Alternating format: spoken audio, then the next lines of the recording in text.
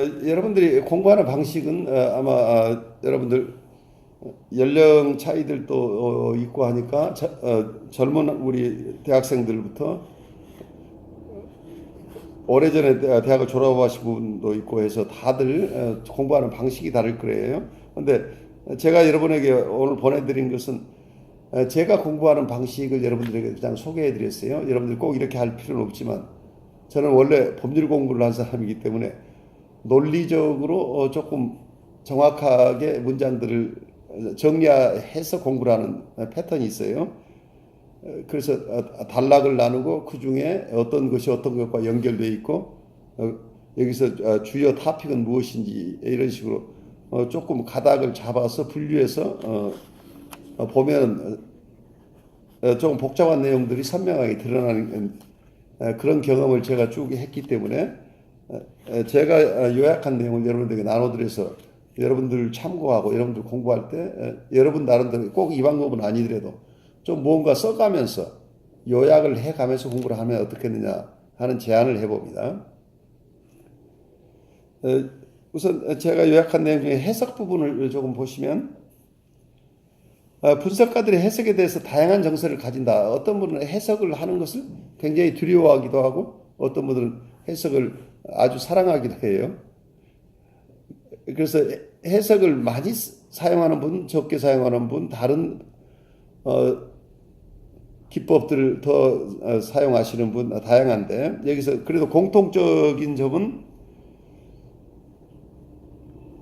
이 해석을 했을 때 이거 자체가 그게 좋건 나쁘건 굉장히 큰 힘이 있다는 걸 누구나 인정을 해요. 해석에는 큰 파워가 있다는 것을 우리가 다 알고 있다는 얘기예요. 그래서 어떤 때는 해석을 어떤 분들은 굉장히 두려워하시는 분들은 해석이 파괴적인 힘이 있는 부분을 보기 때문에 함부로 해석해서는 안 된다고 어떤 분들은 해석을 더 좀 사용하시는 분은 그 긍정적인 부분을 더 좀 포착하고 있기 때문에 해석을 통해서 해석의 힘을 더 빌어서 쓰고 싶으신 분도 있겠죠. 그런데 해석에 대해서는 사람마다 각각 다른 정의를 할 수가 있는데 이걸 다 종합해서 말씀드리기는 굉장히 어려우니까 이 스트레이치 이 저자는 자기는 여기에서 해석에 대한 모든 얘기를 하고 싶지는 않고 자기가 생각하는 해석에 대해서만 설명하겠다고 얘기를 해요. 그래서 여기서 교정적 해석이라는 얘기를 하면서 교정적 해석을 정의합니다. 그래서 이 교정적 해석은 어떻게 보느냐면 여기서부터 어떤 정신분석적 치료의 궁극적인 도구가 여기에서 교정적 해석이다라고 보고 있고 그렇기 때문에 편의상 본인이 뮤터티브 인터프리테이션이라고 정의하겠다 이렇게 얘기를 하고 있습니다. 그래서 교정적 해석은 이분이 어떠면 정신분석 치료의 가장 중요한 지렛대로서 교정적 해석을 자기는 정의한다고 하면서 교정적 해석을 묘사하고 있어요. 어떻게 묘사하고 있냐면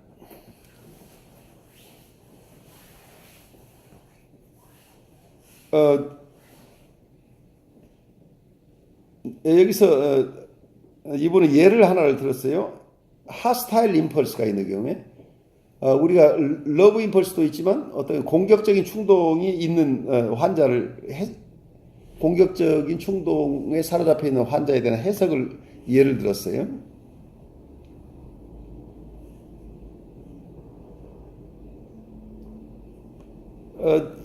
아까 슈퍼 이고가 원래 있지만 치료자가 보조 초자로서 기능을 한다고 얘기를 했어요. 이 기능이 있기 때문에 치료자가 환자에게 이르 에너지, 말하자면 페이션트가 가지고 있는 어떤 이 충동 에너지의 일부를 서서히 표현할 수 있도록 허용할 수 있다는 얘기죠. 슈퍼 초자 기능을 하고 있기 때문에. 그래서 이 무의식 속에 있는 어떤 공격 성향 중에 공격적인 에너지의 일부가 표출될 수 있도록 허용해 준다는 게 첫 단계죠. 이게 보조 슈퍼자로서의 기능이 초자로서 기능을 사용해서 환자의 엄격한 초자가 허용하지 않고 있는 이드 충동의 일부가 발현될 수 있도록 허용해 준다는 얘기입니다.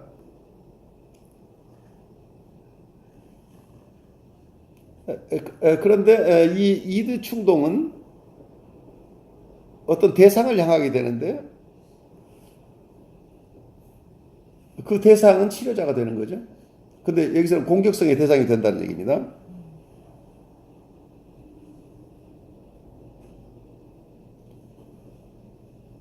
그래서 이런 치료자가 이걸 허용하는 환경에서 공격성의 일부가 의식화되면서 치료자를 향해서 드러난다는 얘기입니다.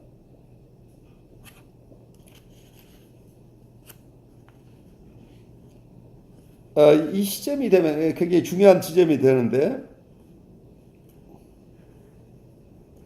이때 환자 입장에서는 자기 느낌이 굉장히 공격적인 느낌이 들어요. 정서가 들겠죠. 화가 나고 때려주고 싶고 이런 공격적인 정서가 느껴지는데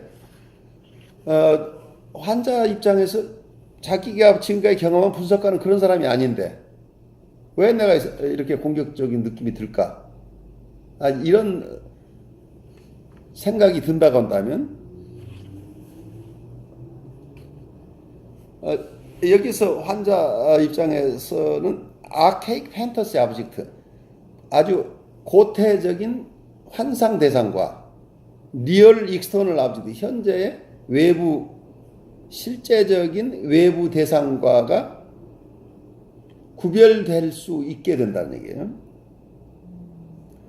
환자가 자기의 판타시 속의 대상과 지금 치료자는 다른 사람이라는 것을 의식하게 될 가능성이 있다. 이렇게 되면 굉장히 큰 치료 효과를 가져올 수 있겠죠. 만약에 해석을 통해서 이드 에너지가 일단 방출이 돼서 의식 속에서 공격적인 감정을 느끼게 되고, 그렇지만 치료 환자 입장에서 이 감정은 그걸 표현했거나 안 했거나 이 감정을 자기가, 만약에 환자가 자기의 판타시, 환자가 직접 알기는 어려워요. 그래서 해석이 필요한데 우리의 해석을 통해서 이 공격적인 정서는 지금 이 자리에서 발생하긴 했지만 그 연원이, 원대상은 과거의 어머니나 아버지 혹은 다른 대상에게 느꼈던 정서라는 것. 그러니까 자기의 내적 대상, 하시엔 내적 과거의 대상에 대해서 느꼈던 정서이어서 지금 현재 대상과 과거의 대상은 다르다는 인식까지 가게 된다면 해석은 성공이라는 얘기예요. 그러면 이때 이게 뮤터티브 원이 된다는. 만약에 환자가 자기가 느끼는 이 강한 공격성이 원대상, 과거의 대상, 판타시 대상에게 향하였어야 되는 건데 이게 지금 만나는 실제 외부 대상에게 향하고 있다고 한다면 이 패턴은 이분이 계속 반복해 왔던 건데 이것을 아는 순간 이 악순환의 고리에서 벗어난다. 비셔스 서클에서 벗어나게 되기 때문에 이때 교정적인 효과가 있다는, 변화가 발생한다는 얘기죠. 지금까지의 패턴에서 변화가 발생할 가능성이 있다는. 왜냐하면 지금 현재 실제 하는 외부 대상은 공격성을 가지고 있지 않다는 것을 알고 있는데 자기의 정서가 지금 공격성이 굉장히 많다고 한다면, 아, 이게 내가 엉뚱한 사람에게 화를 내고 있다는 것을 이해하기 때문에 자기의 공격성을 줄일 수 있게 된다는 얘기죠. 그래서 자기의 공격성이 줄어지면 새로운 대상에 대한 대상을 다시 인트로젝트, 내사할 경우에 어그레션이 점점 줄어진다는 얘기죠.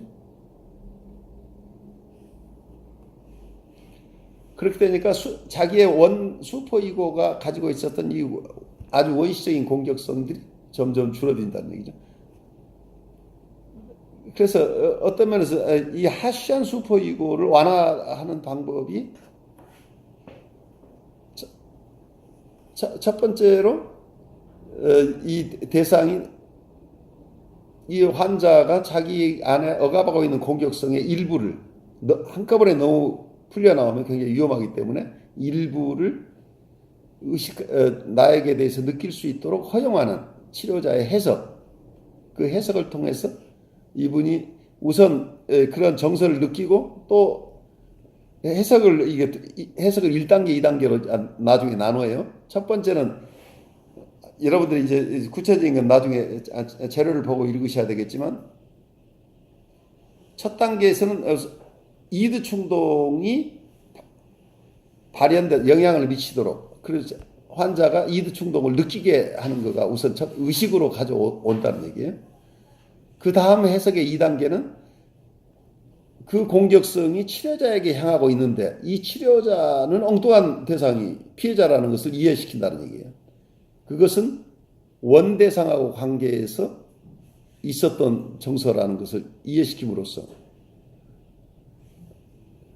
환자가 가지고 있던 어그레션 양이 줄어지게 된다. 나한테 화났던 게 점점 가라앉으면서 그러면 외부 대상인 나에 대한 내사가 일어날 때 그 내사 자체도 나를 점점 더 덜 무서워하게 되겠죠.